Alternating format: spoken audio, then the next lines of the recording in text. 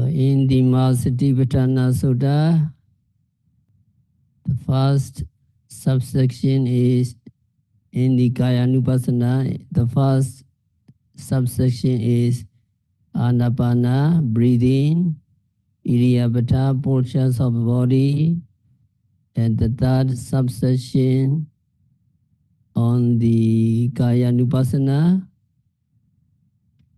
contemplation of the body, is called sampajānakārī, mindfulness with clear comprehension. When meditation teachers give instruction about the practice of meditation, they use different expression but mean the same thing. Be aware of the object. Be mindful of it. Watch it. Take note of it. Observe it. Try to see it clearly. Try to know it clearly. All these instructions mean the same thing. So they mean to keep your mind on the object and observe it closely and precisely. So in the text, Buddha said, abhikkante, paṭikkante, sampajānakārī, hoti. In going forward and in going back, a meditator applies clear comprehension.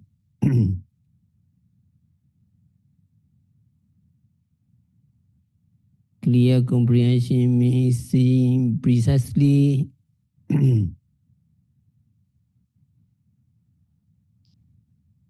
seeing everything in its entirety, seeing it by evenly using all mental faculties. Only when there is evenness in the application of the 5 mental faculties will there be further development of your wisdom. When you apply clear comprehension, it means you observe, you take note of the objects, paying close attention to it, trying to see it thoroughly, precisely, and with all mental faculties in balance.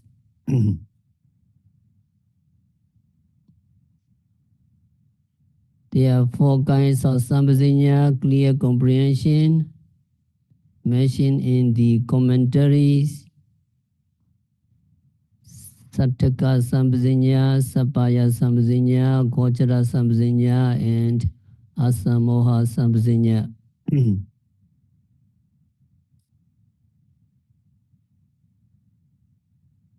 The first one is sattaka, clear comprehension of what is of benefits. Number 2, sapaya sampajāna, clear comprehension of what is suitable. The third is gochara sampajāna, clear comprehension of the meditator's domain. And the fourth one is asamoha sampajāna, clear comprehension of non-delusion. So need to remember, can you follow me again? Sattaka sampajāna, sapaya sampajāna, gochara sampajāna, asamoha sampajāna. Clear comprehension of benefits, clear comprehension of what is suitable, clear comprehension of the meditator's domain, clear comprehension of non-delusion. So for sampajāña, sattaka, sapaya, gochara, and asamoha,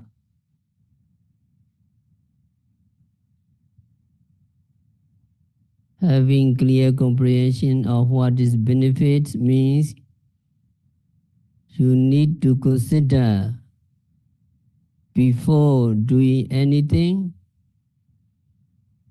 whether or not it will be a beneficial things to do.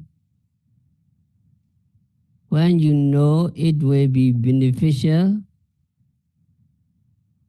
you will do it. When you know it is not beneficial, you will avoid doing it. That is sattaka, sampajāña. And number two, when you know that a certain action is beneficial, you should not do it right away. The next thing to consider is whether or not it is suitable. Sometimes, although it may be beneficial to do something, it may not be suitable according to place and time. That is sappaya sampajāña.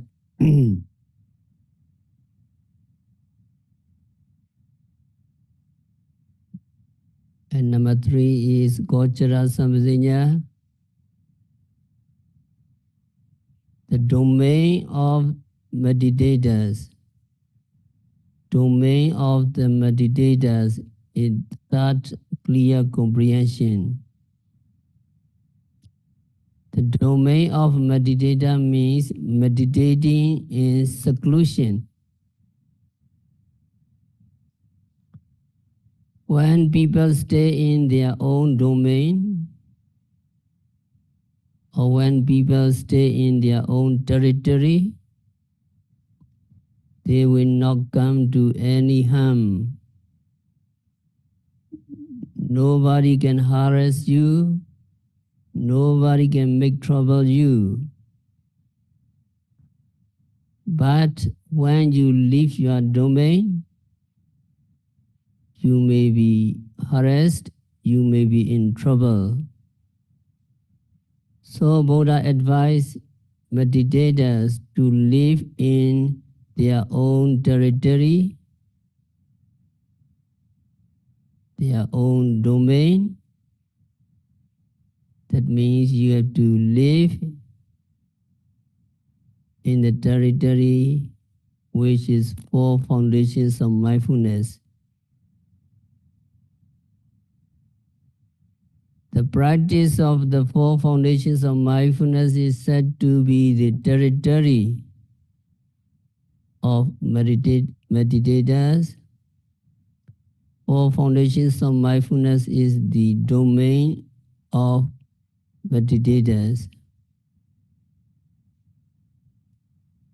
So here the clear comprehension of domain, gochara sampajāña, means just the practice of the four foundations of mindfulness.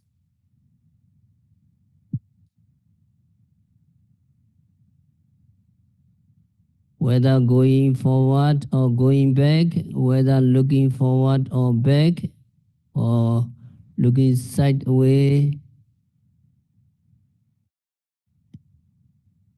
meditation must be practiced. By always practicing meditation, you are said to be living in your domain, in your own territory. You are safe, you are protected.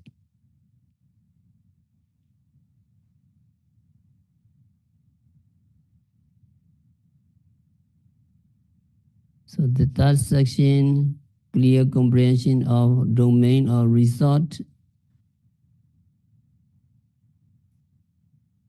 it is difficult to understand.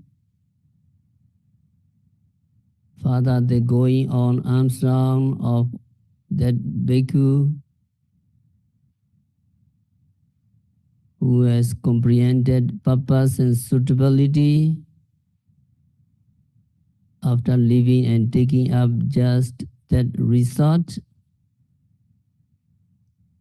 After taking up among the 38 subjects of meditation, called the subject of meditation, after his own heart is clear comprehension of resort or domain.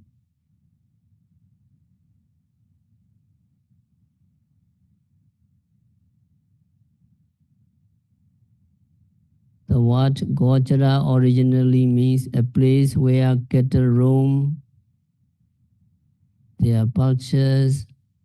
Later on, it came to mean any resort or domain. So the place where a monk goes for alms round, his roaming place, a village, is called his Gochara. And the subject of a monk's constant contemplation is mental domain. Meditation is also called Gochara. So Gochara can mean a monk's meditation, a yogi's meditation, as well as a village where he goes for alms.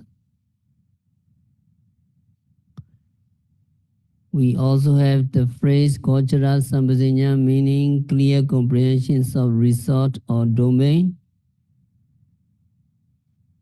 Now it is clear, taking Gochara when he goes to the Gochara is the Gochara, means taking meditation with him when he goes to the village for alms is clear comprehensions of resort. However, this does not mean that clear comprehension of domain is only a monk meditating when he goes to the village for alms. Subsequently, statements make clear that it means the practice of meditation itself. Commentary says repeatedly, not forsaking the meditation is clear comprehensions of domain. So can you recite again? It's good to remember. Not forsaking the meditation is clear comprehension of domain. Not forsaking the meditation is clear comprehension of domain. So it is important you do not forsake your meditation.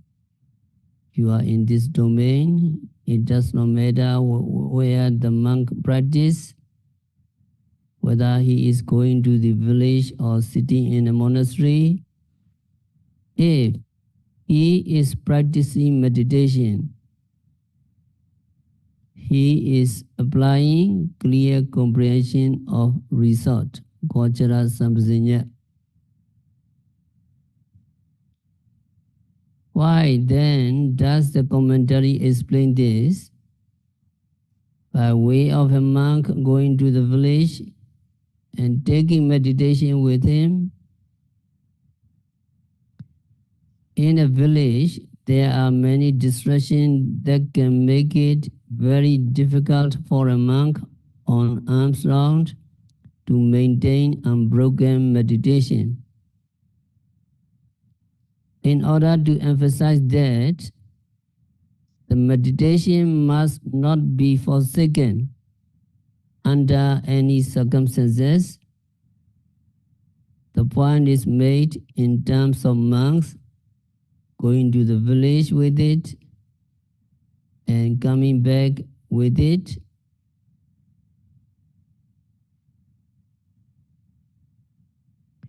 From this, we can infer that the clear comprehension of domain is simply the practice of meditation.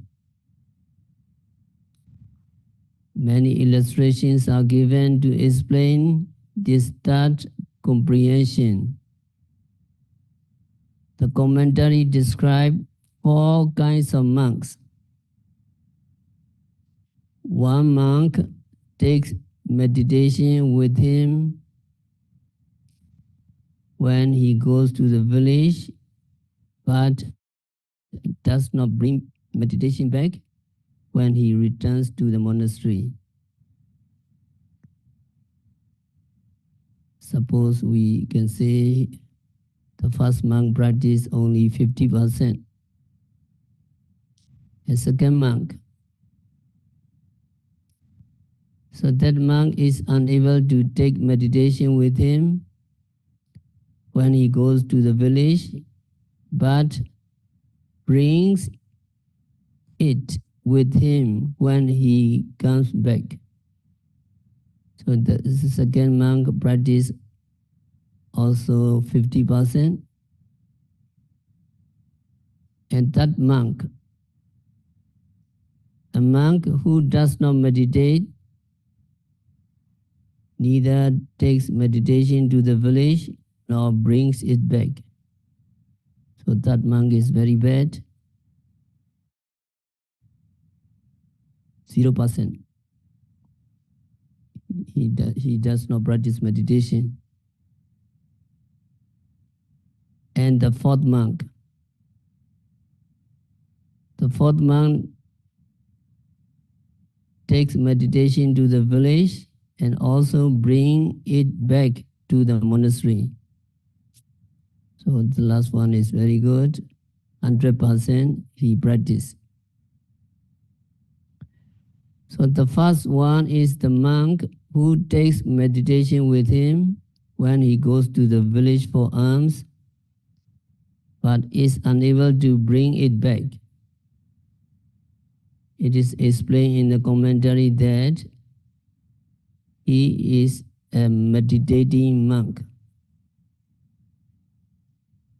So long as you are meditating, you are good. During the day, you practice walking meditation and sitting meditation. Try to get rid of his mental hindrances, nivarana. By night also, during the first watch, you practice sitting meditation and walking meditation. That monk sleeps in the middle watch of the night. Few hours he sleeps middle watch of the night. During the third watch, he gets up. That means early morning he wake up. And again practice meditation by walking meditation and sitting meditation.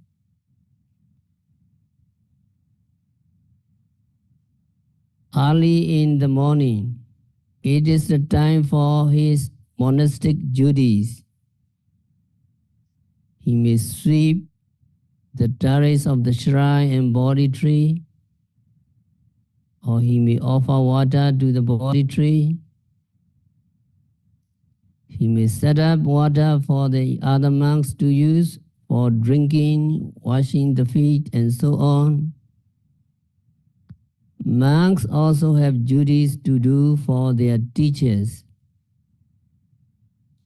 So he may go to his teachers, offer water for washing their face, and do whatever else needs to be done. After doing all these things, he may go back to his dwelling place and practice meditation for 2 or 3 sittings.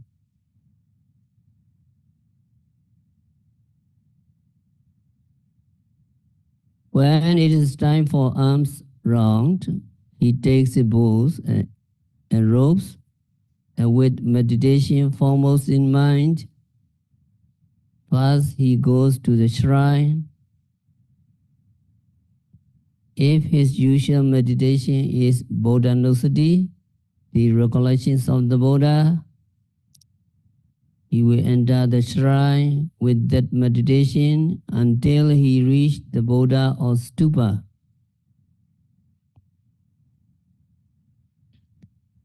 If it is a small shrine, he should circle it 3 times and pay homage to it in 8 places. If it is a large shrine, he circle it 3 times and pay homage in 4 places. Then he resumes his regular meditation and goes out for alms. If his usual meditation is not recollection of the Buddha, but some other subject, he should leave it at the shrine entrance, enter the grounds, and pay homage with thoughts of the Buddha's virtues. On leaving the shrine, he should pick up his regular meditation subject at the gate, keeping it foremost in mind. He goes to the village for alms. When the monk reaches the village, people will approach him and invite him to their house. They may take his bowl while he is waiting for the rice to be prepared. Other people may come and ask him to give a Dhamma talk. According to the books, the monk should give a Dhamma talk, even though he is meditating monk. The monk must do it because Dhamma talks always concern meditation. And even if he is not asked, he must give a Dhamma talk.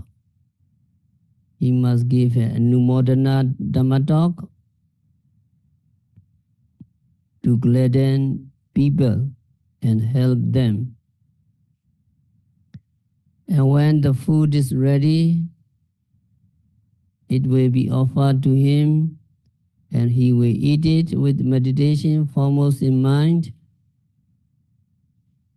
Until the end of the meal, he is with meditation. He stays practicing meditation. After eating and cleaning the bowl, he departs for the monastery. Just outside the village, he may meet some other novices and monks.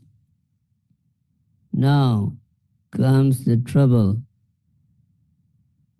When they meet him, they ask, "Bhante, who are those people to you? Are they relatives in the maternal side? Are they relatives on the paternal side?" He then asks what they have seen that made them inquire. They replied, "Those people show so much respect and affection for you that we thought they must be your relatives." And the monk replied, "That which even friends find hard to do, these people do for us. Our very robes and bowls are due to them. owing to their support of these people, we know no fear on occasion for fear, and no lack of food on occasion of famine. There are no people so helpful to us as these devotees. So thus, speaking well of the villagers, he continues on his way. Now he has broken his meditation by talking with the young monks and novices, so he cannot return with meditation to the monastery. This is the kind of monk who carries meditation to the village, but cannot carry meditation from the village back to his monastery. He practiced clear comprehensions of domain only on the way to the village, but not on the way back. So let's say 50% practice. And second kind of monk is the one who seems to have very good digestion. In the morning, he is so hungry that he is perspiring, perhaps even trembling. So that monk cannot practice meditation because he is so hungry in the morning. According to our books, his karma produces curiosity. Sampajānakārī becomes very strong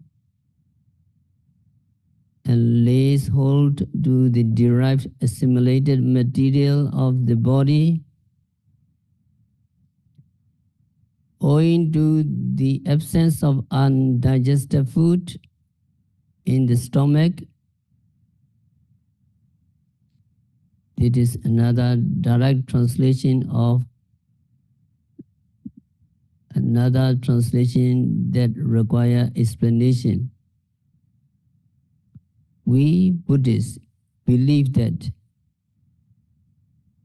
in our stomach there is a kind of heat born of past karma, sampajānakārī. If you had good karma in the past, you have good digestion. If you have bad digestion, you probably did not do enough good karma in the past.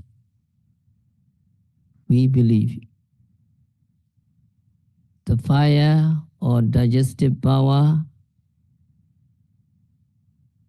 is produced by our past karma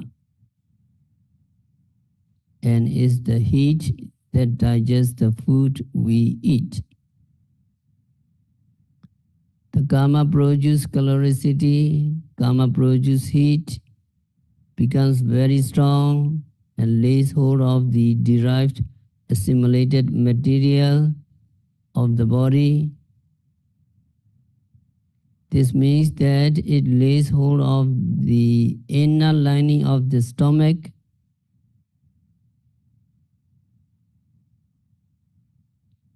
So you understand the process. That process refers to the digestive juice, digestive enzyme. So when there is no food in the stomach, they digest the stomach lining. This causes much pain in the stomach and perspiration all over the body. The very hungry monk so cannot practice meditation in the early morning. So he does his duty quickly, goes to the shrine quickly, and rush to the village for alms food.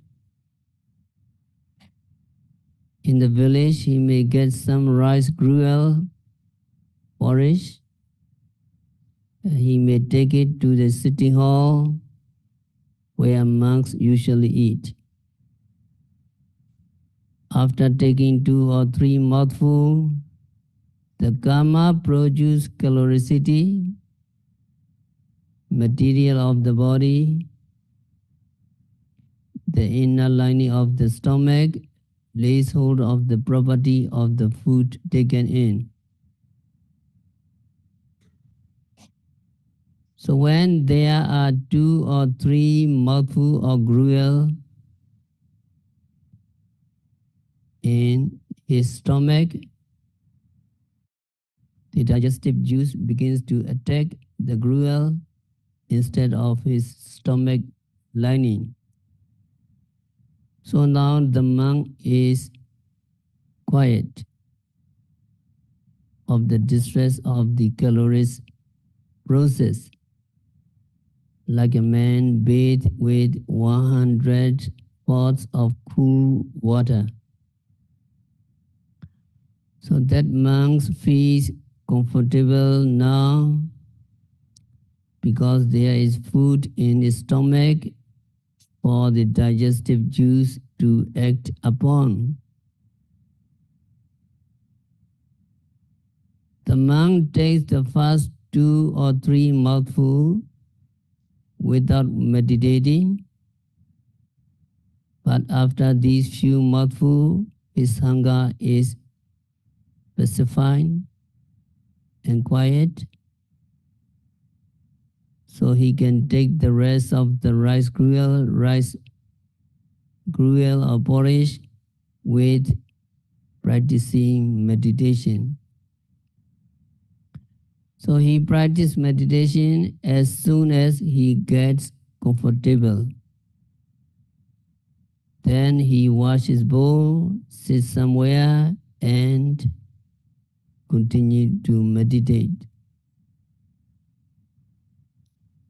When it is again time to go for alms, he does not return to the place where he got the rice gruel. He goes somewhere else and receives food which he takes to a place where monks usually eat food in the village. There he eats the food with sustained meditation, with full awareness. And he even may attain arahantship while eating. The commentary said that after drinking gruel and putting effort in the development of insight knowledge, countless monks like this one have reached the state of arahantship during the Buddha's dispensation. It is even claimed that in various villages of Sri Lanka alone, there is not a single sitting hall where a monk having sat and drunk gruel has not attained arahantship.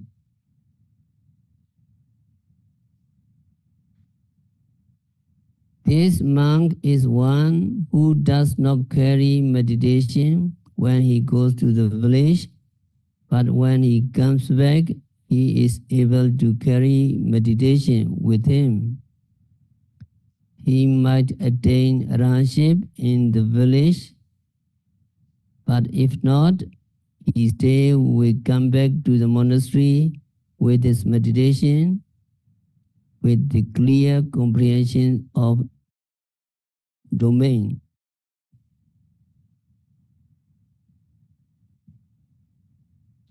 And the third monk, He is described as a loose liver. He is a monk who lives in heedlessness. He is a monk who lives in negligence. He lives in carelessness and indolence.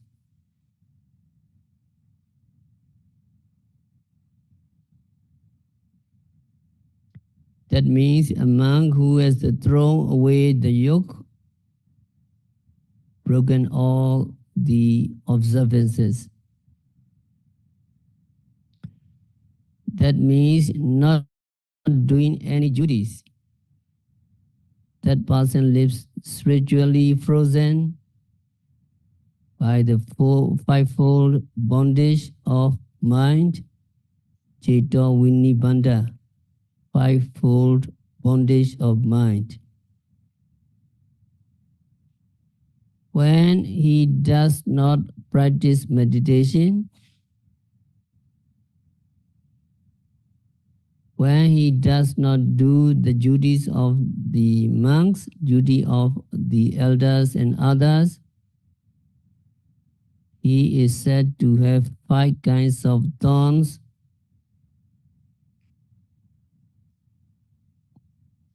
5 kinds of thorns, citta, and 5 kinds of bondage in his mind. 5 kinds of bondage in mind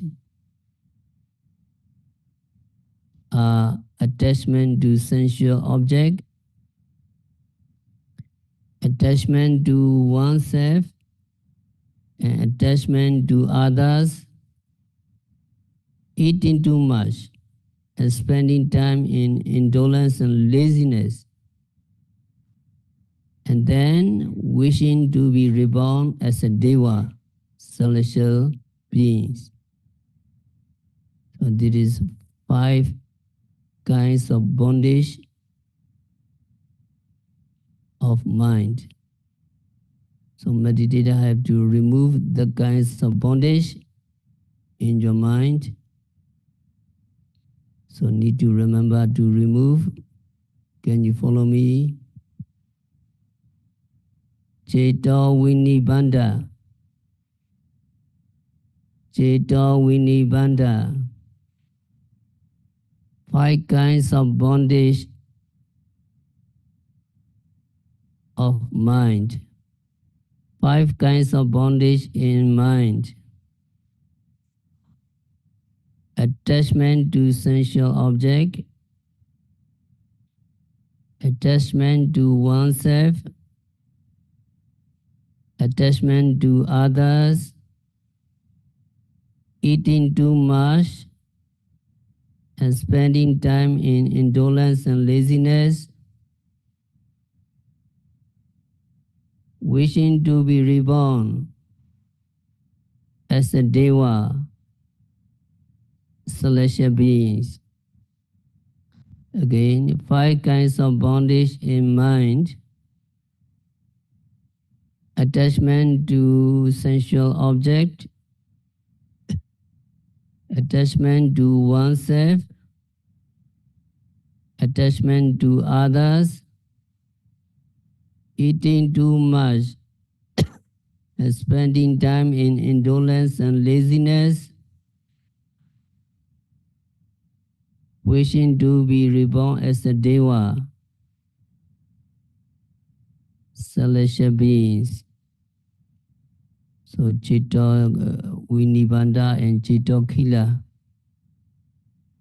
So bondage and also 5 kinds of thorns, and 5 kinds of bondage yogi need to remove. So when such a monk enters the village for alms, he shows no indication of knowing there is such a thing as an object of meditation. And indeed, he does not even know there is such a thing as meditation. After walking about, eating his meal in unsuitable company, and socializing with people in an unfitting manner, he came out of the village an empty fellow. That monk is a person who neither lives nor returns with any thoughts of meditation. Because he does not practice meditation at the monastery, he does not carry it to the village, he does not carry meditation to the monastery either, as he has no clear comprehension of domain. He is known as one who lives in negligence, who has thrown away the duty of right effort, and so he is irresponsible. So now we have been presented with 3 of the 4 kinds of monks. The first monk carries meditation to the village, but does not bring it back to the monastery. 50% practice maybe. And second monk does not carry meditation to the village, but returns with it to the monastery. Also second monk practice 50% maybe. And the third one neither carries meditation to the village, nor does he carry it back to the monastery. 0%, very bad. So the fourth and last monk carries meditation to the village and also carries meditation back to the monastery. This monk is the best of the 4. His clear comprehension of domain is complete. His clear comprehension of domain is intact. The practice of taking meditation to the village and bringing it back to the monastery is called an observance. Katapicca. It is something like a dutinga, one of the ascetic practice that some monks voluntarily vow to follow. So the last monk should be understood as practicing a similar kinds of vow and observance. So we will continue next time. We have to stop our discourse for today. By practicing vipassana meditation, by observing every phenomena occurring at the 6 senses, by applying clear comprehension with mindfulness, by noting rising, falling, sitting, stretching, bending, seeing, hearing continuously and meticulously. May all yogis be liberated from all suffering. May all yogis realize the real peace in the very near future.